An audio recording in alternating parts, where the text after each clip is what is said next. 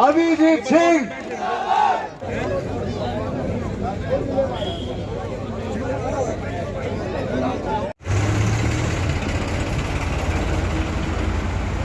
रास्ते का भाई रास्ते का क्या होगी।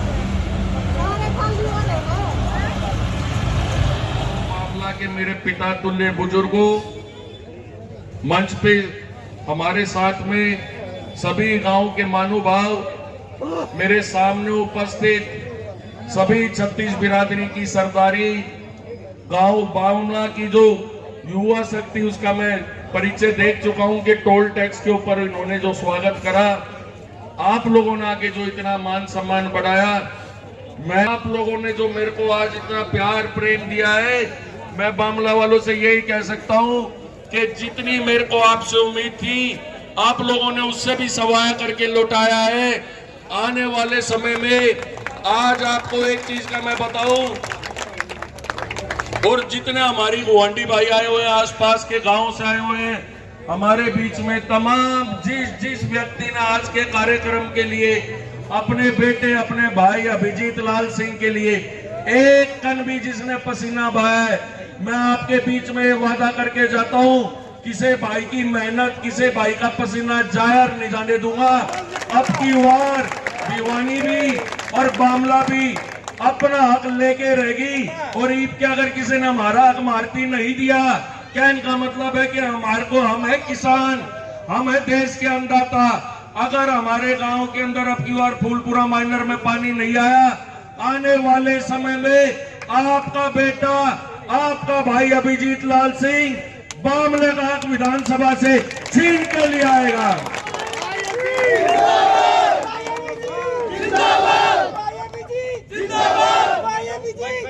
हम सब पिछले 15 साल से हम सबको इस तरह छोड़ रखा है। हमारे भिवानी के जो, मैं ये बोलूं कि जिसमें शराफत का झूठा चोला ओढ़ के हम सबको भिवानी के अंदर ऐसा हाल कर दिया है कि 3 योजना भिवानी में कमल का फूल खिलाया, पर कमल का फूल खिलाने से पहले हमारे शहरवासी ये भूल गए थे कि कमल का फूल खिलता है कीचड़ में।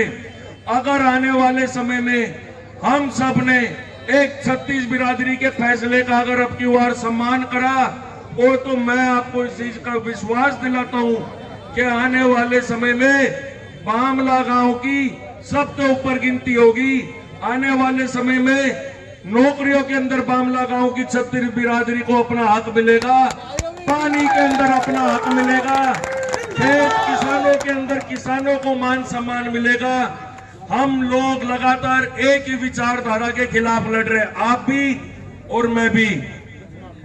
अब अगर इस समय पे हम अगर ये अपने आपस में हम भावुकता के साथ चलेंगे, तो आने वाली पीढ़ियों के लिए कोई उदाहरण स्थापित करना पड़ेगा। मैं आपके बीच में आज गांव के गौरव में पूर्व मंत्री ठाकुर बीर सिंह का पोता, आपका बेटा, आपका भाई अभिजीत लाल सिंह, मैं आपको एक चीज बताता हूं, आप लोग भी मार्शल कौम हो, आपका बेटा भी मार्शल कौम है। 1 और 1 11 की शक्ति बना दो। मैं चंडीगढ़ में 11 को 111 बना के सभी मेरे छत्तीस बिरादरी के हक की लड़ाई लड़ने का काम आपका बेटा, आपका भाई सदन में करेगा। मैं आपसे एक चीज बताना चाहता हूं, 3 पीढ़ी से एक युवा कांग्रेस पार्टी के अंदर लगा हुआ है। मैं आज आपके बीच में उससे पहले भी आता रहा हूं, और मुझको इस चीज की खुशी है कि बामला गांव ने हमेशा मेरे पिताजी लाल सिंह का हमेशा साथ दिया। बामला गांव वो गांव है जिसके अंदर ऐसे ऐसे व्यक्ति है जो पिछले 50 साल से, और उनके बच्चे भी हमारे परिवार से जुड़े हुए हैं।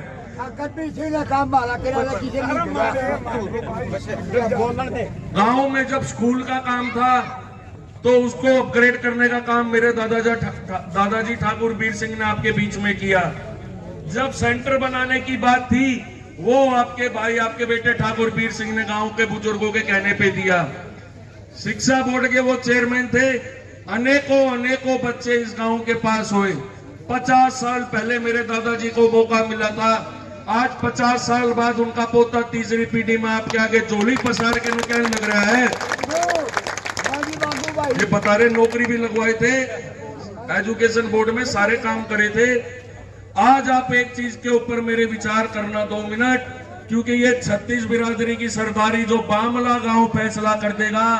आप मेरी इस चीज पे मेरा विश्वास मानिए कि बामला गांव जिस ओर चलता है उस ओर भिवानी के अधिकतर गांव चलने शुरू हो जाते हैं। ये बामला गांव की वो सूरवीरों की धरती, ये बामला गांव वो अन्नदाताओं की धरती, ये बामला गांव जिसकी वजह से आज देश विदेश में हमारे पहलवानों का डंका बज रहा है।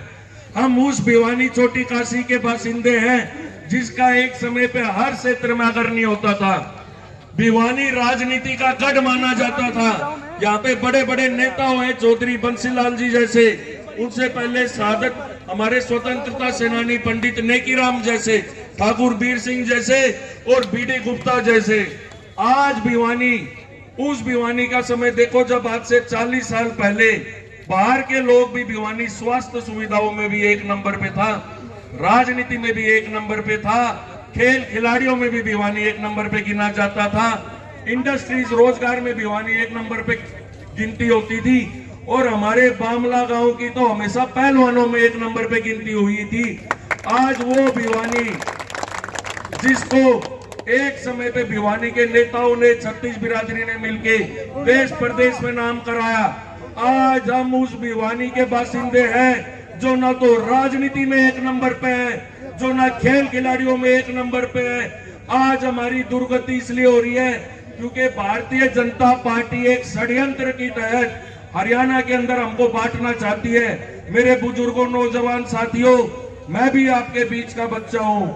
आप एक बात बताओ, जब आपके बीच में देश के ऊपर 3 काले कानून आए, कोई बात नहीं 3 काले कानून किसानों के आए, पंजाब से अलग जगह थी, हरियाणा के ये वो सूरवीर चौधरी साहब हमारे सामने बैठे हैं जिसने हमारे अन्नदाता पंजाब वालों का, बड़े भाई का, हरियाणा छोटे भाई ने किसान आंदोलन में सहायता करी। मैं भी उस आंदोलन में शामिल हुआ। मेरे पास कामरेड ओम प्रकाश जी का फोन आया, बेटा कि तू पूर्व मंत्री ठाकुर वीर सिंह का पोता है, हमने तेरे दादाजी के साथ भी काम कर रखा है।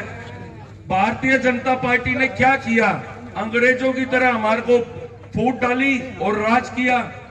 किसान आंदोलन के अंदर जिस प्रकार से कामरेड ओम प्रकाश जी के हमारे प्रयास से मेरे को उन्होंने कहा कि समाज का ताना बाना बनाना है, 36 बिरादरी का गुलदस्ता भिवानी में खिलाना है, तो बेटा तेरे दादाजी ठाकुर वीर सिंह का बहुत नाम रहा है, तू इस किसान आंदोलन के अंदर शामिल हो। मैं भी एक ऐसे परिवार से रखता हूं जिसके अंदर हमारे को बचपन से कभी किसी जाति भेद में नहीं करना सिखाया।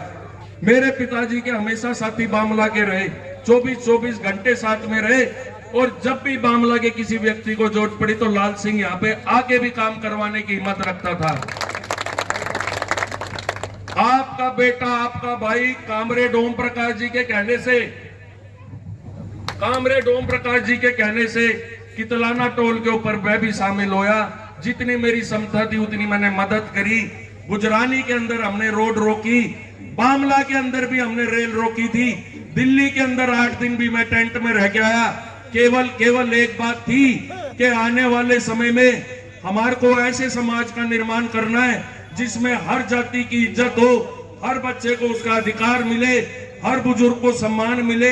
मैंने भी ये सोच के उस चीज में किया, क्योंकि भारतीय जनता पार्टी हमारे बीच में आपस में हमारे को अलग अलग जाति के आधार पे बांटने की कोशिश करती है और मुद्दों से भटकाती है।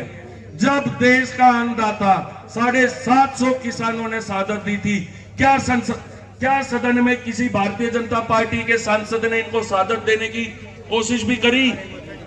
मैं आपको एक बात बताऊं, किसान आंदोलन को कुछ लोग कुछ बोलते थे, कोई बोलता था कि खालिस्तानी है, कोई बोलता था ये आतंकवादी है। मैं केवल और केवल अपना प्रेरणा मान के कामरेड ओम प्रकाश जी की वजह से इस आंदोलन में शामिल हुआ था, और मैं आज भी उनकी इज्जत करता हूं, कल भी उनकी इज्जत करूंगा, हमेशा करता रहूंगा। पर एक चीज तो देखो बुजुर्गों, मैं पिछले 14 साल से भिवानी के अंदर हुड्डा साहब का एक ला यूं लगाओ के लगातार एक महीने यूं लगाओ कि उनका झंडा कभी बुलंद होने नीचे झुकने नहीं दिया। चाहे भूपेंद्र सिंह हुड्डा की बात हो, चाहे सांसद दीपेंद्र हुड्डा की बात हो, मैं आज जो राजनीति में हूं केवल उनकी वजह से हूं। 90 हलकों में से, और बामला गांव की तो और बताऊं, स्वयं बामला गांव के हमारे समाज के वरिष्ठ जन हुड्डा साहब को जाके बोले थे कि भिवानी से अभिजीत को टिकट दे दो, हम इसको जिता देंगे। एक एक गांव के एक एक बंदे ने मेरी कार्यशैली और मेरा काम देख रखा है। आज अगर मेरे को नहीं पता कि हाईकमांड ने प्रियंका गांधी जी को चुनाव वायनाड से लड़वाना या क्या कारण है, पर मुख्य बात यह है कि 90 में से एकमात्र भिवानी ऐसी सीट है जो हमारे इसमें कम्युनिस्टों के खाते में चलेगी। आज मैं पिछले 17 साल से कांग्रेस की टिकट के लिए मेरे पिताजी ने भी तैयारी करी, और जिस प्रकार से आज हालात हुए हैं, आपको एक बात बताना चाहूंगा, मुझे किसी से कोई उस प्रकार की कोई राजनीतिक वो नहीं है, पर अगर आज हमारा